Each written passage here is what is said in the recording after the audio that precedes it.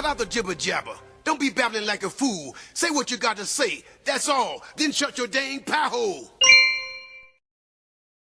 Hey everyone, welcome back to the Prepared Mind channel. We blasted out of the bunker. It's 0 dark 30. It's time to get it on and talk about what is going on. And I thought today, let's just get back to some basics. I know that if you just show up and you're a new subscriber, a new viewer, you're like, what the heck is going on here? What are these guys talking about? I can't figure this shit out. This is pretty complicated. Well, it really isn't that complicated. The news and the minutia can be, right? So, for example, I say, take a wild guess. And then I talk about someone who's dead or had a heart attack or something. Right? It's like, well, what did I miss here? Same with Joe Biden and his secret papers. People are like, so what's the big deal? I don't get it. How'd this all develop? Because it's a continuing news story that's been going on forever and ever and ever. Most of this stuff is a continuation, and it goes on and on and on. So let's just kind of like get back into the basics in this. Maybe this is a good starting point for some people. The basics. Okay, let's keep it real fundamental here. America isn't what it used to be. We all know it. We all feel it. If you've been around for 30 years or more, or if you live in rural America, it'd be 20 years or more. Because just in the last 10 and 20 years, this country's really changed. You don't have to be a genius to figure out that politicians are lying. And they are. And what they're lying about, they tell us with their own words. Right? They don't like free speech. They don't like the Second Amendment.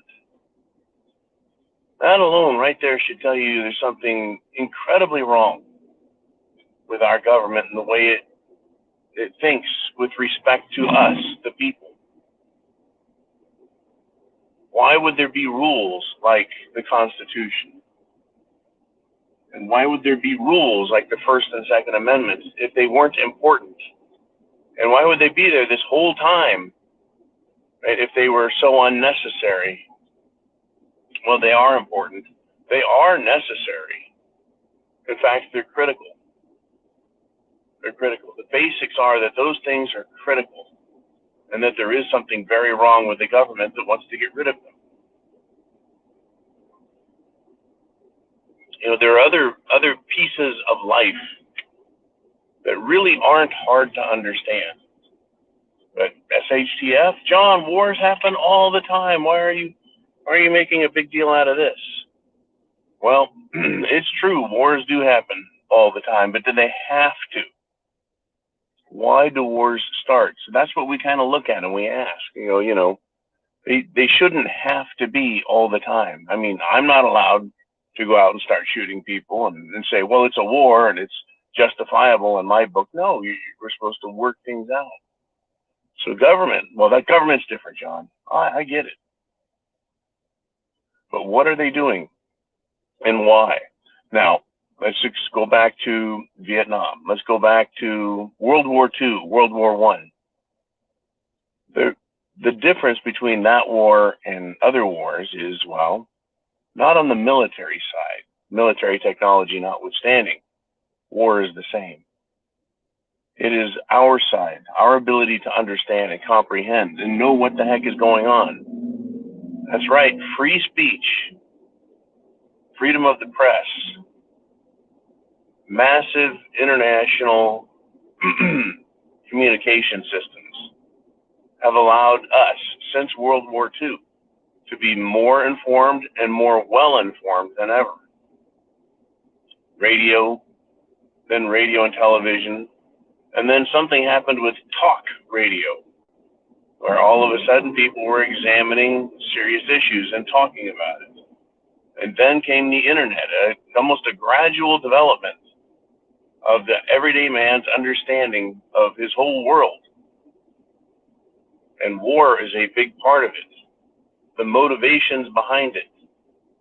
And it really was none other than President Eisenhower Dwight D. Eisenhower, Ike, who warned the world of the military-industrial complex. And it was JFK, John F. Kennedy, another president, who talked about secret societies. And he wasn't talking about the Moose Lodge or the Masons. He was talking about those organizations and institutions and corporations that have real power. Not some joke, right? Real power. And so the basics are is we have the ability to find out the truth and the facts. We can see the world around us is not what it should be, not what it seems. That this idea of that we're the freest country in the world is not true, especially after 2020. So this back to basics. Yes, in order to deal with any emergency or any situation, any crisis, you need to be prepared. That's what this channel is about. Food, water, shelter, clothing, medicine, means of self-defense. Having a plan to understand your place in the world. Right?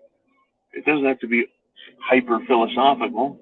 You just need to know what you need in the area in which you live and the people that surround you. You need to understand them so you can acknowledge the risks and dangers and avoid the consequences of actions taken by others. I mean, when you really get back to basics and fundamentals,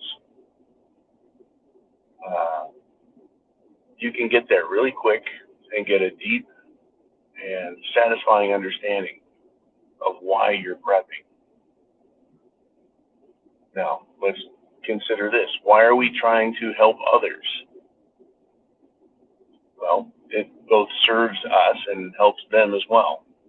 Right? We want others to be prepared so they are less of a risk to us and would actually look to us as allies in times of danger and need.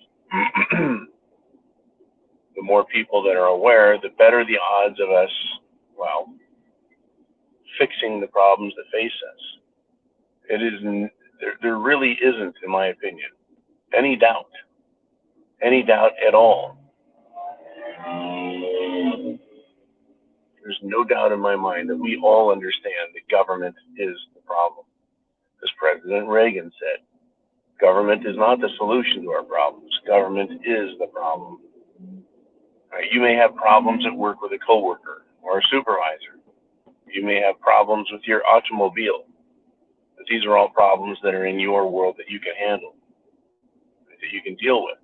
Problems out there with government are incredible and powerful and seemingly out of our ability to affect. Well, if we communicate properly, you and I, everyone, if we address the problems directly, as in prep to action, notifying these politicians, the more we are active that way, the more we can affect our world in a positive fashion and try and avoid the worst of the pitfalls. But it seems like history has already been written because human nature is consistent. History seems written because human nature is consistent. In other words, we're going to have to deal with this shit. It's coming like it or not. And evil people won't stop just because we say, aha, we caught you. So get prepared. Help others. Keep your eyes open. Share what information you have. And by all means, right, food, water, shelter, clothing, medicine, and a means of self-defense. Godspeed, Semper Fi.